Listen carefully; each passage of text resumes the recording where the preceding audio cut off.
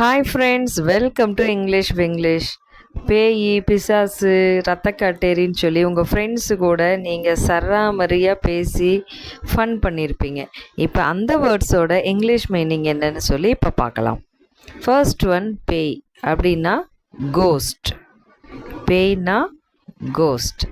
அடுத்தது டெவில், பிசாசுன்னு சொல்கிறாங்க இல்லையா, அதுக்கு டெவில். அடுத்தது டீமான் அப்படின்னா துர்தேவதை.